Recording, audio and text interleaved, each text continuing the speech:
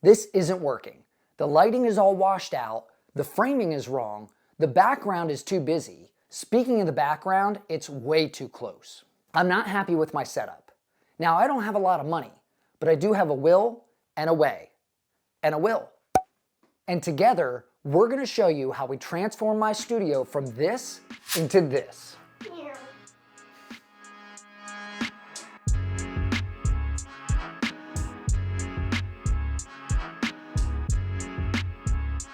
I've been doing YouTube for 4 years, and this studio has been through 2 houses and quite a bit of changes in that time.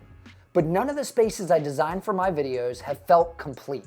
I thought in order to achieve that premium and professional look, I'd have to spend thousands of dollars on high-end lighting, camera equipment, and have a huge staff of people behind me. That's not the case at all.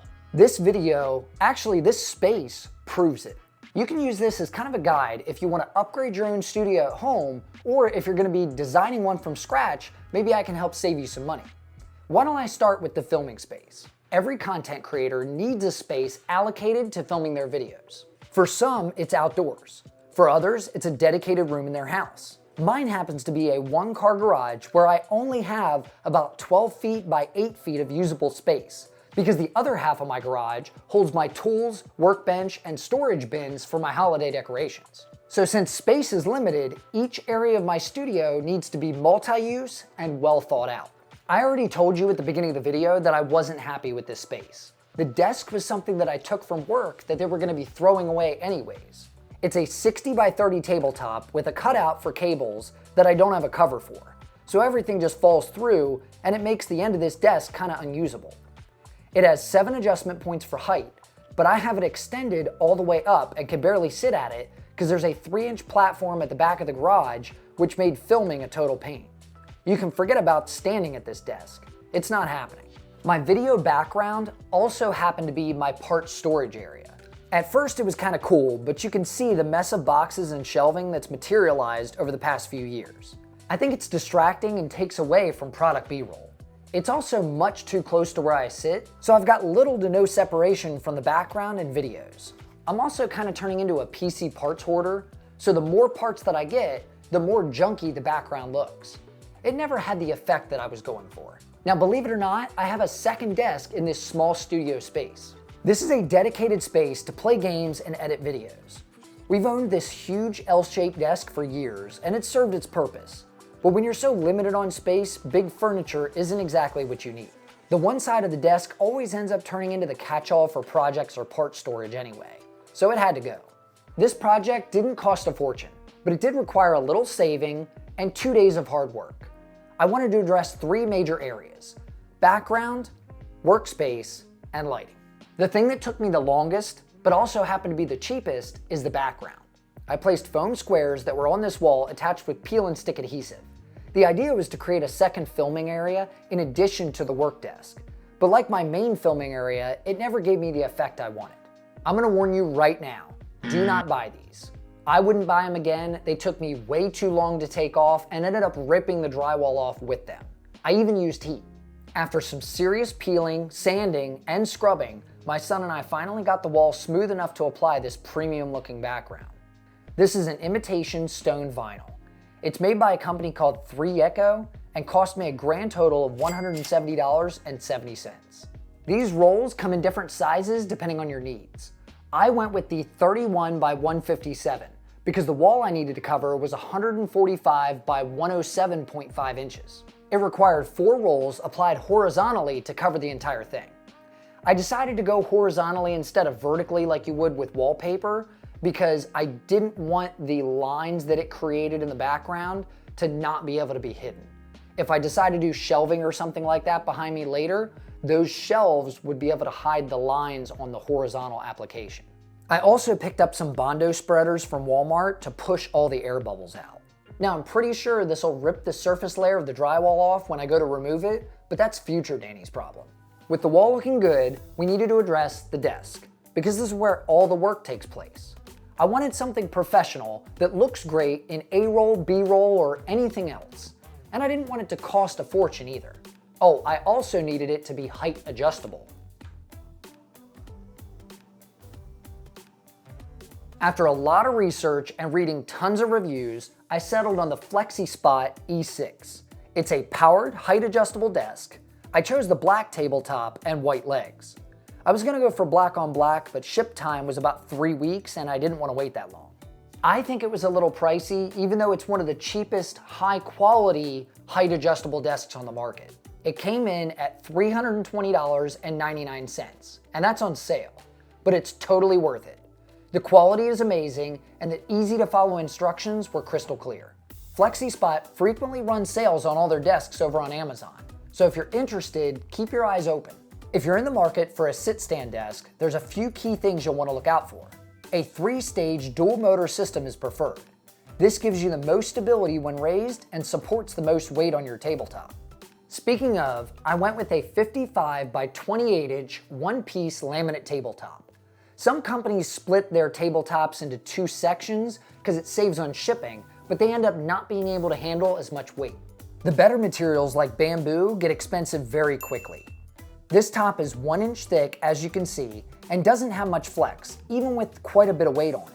The price is a little bit more than I wanted to spend, but I knew I wanted a dual motor 3-stage system because I needed it high up like this to stand at my desk and talk and film videos, and I didn't want to see a whole lot of wobble or have a lot of weight issues when I start putting PCs on here.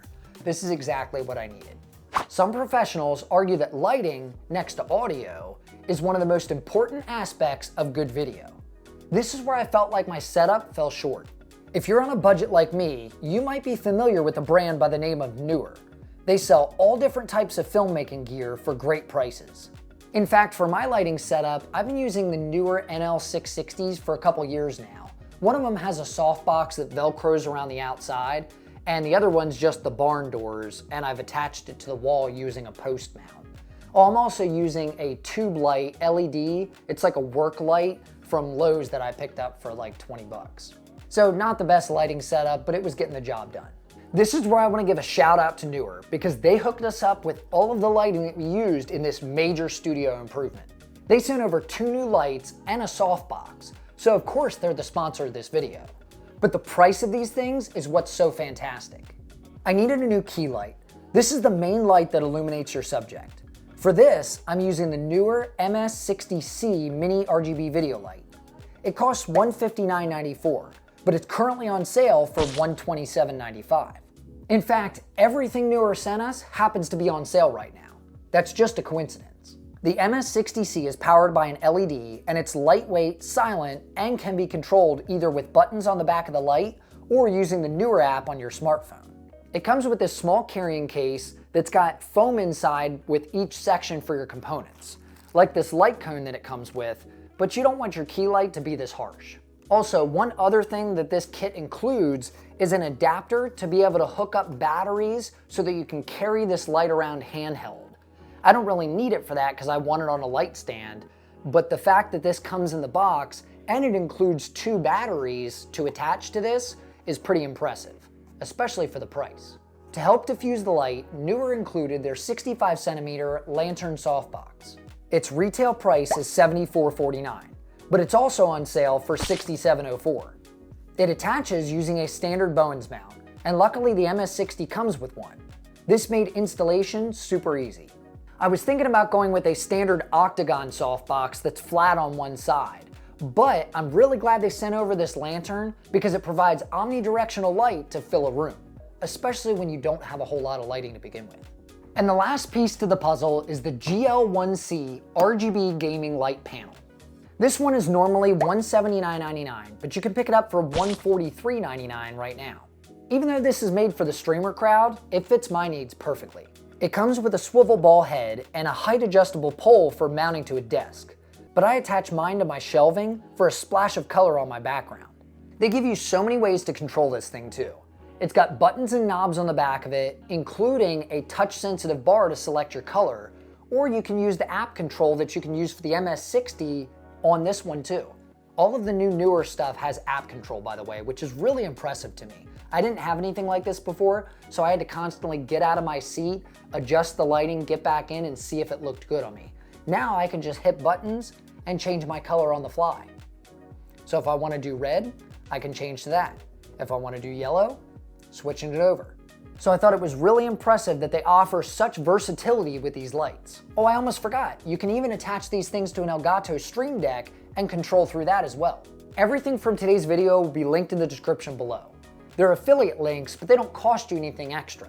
It just helps keep the lights on here and allows me to provide you with good content. This upgrade provides quality light that doesn't wash everything out.